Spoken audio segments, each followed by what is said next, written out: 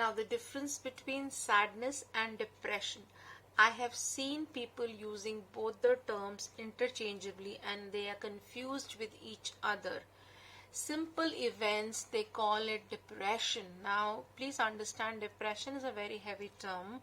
Sadness is always very temporary, whereas depression is a mental illness. It impacts your mental peace. Sadness is temporary. Depression can last for a number of years.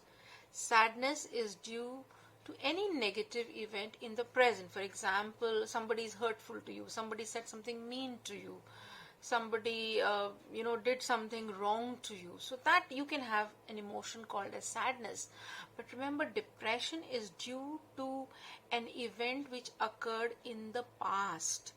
All right, and sadness is often very visible, like it has very visible symptoms like crying or getting angry or being indifferent.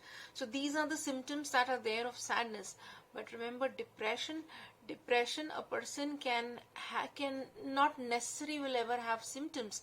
It is not visible. That is the point about depression. You should understand this.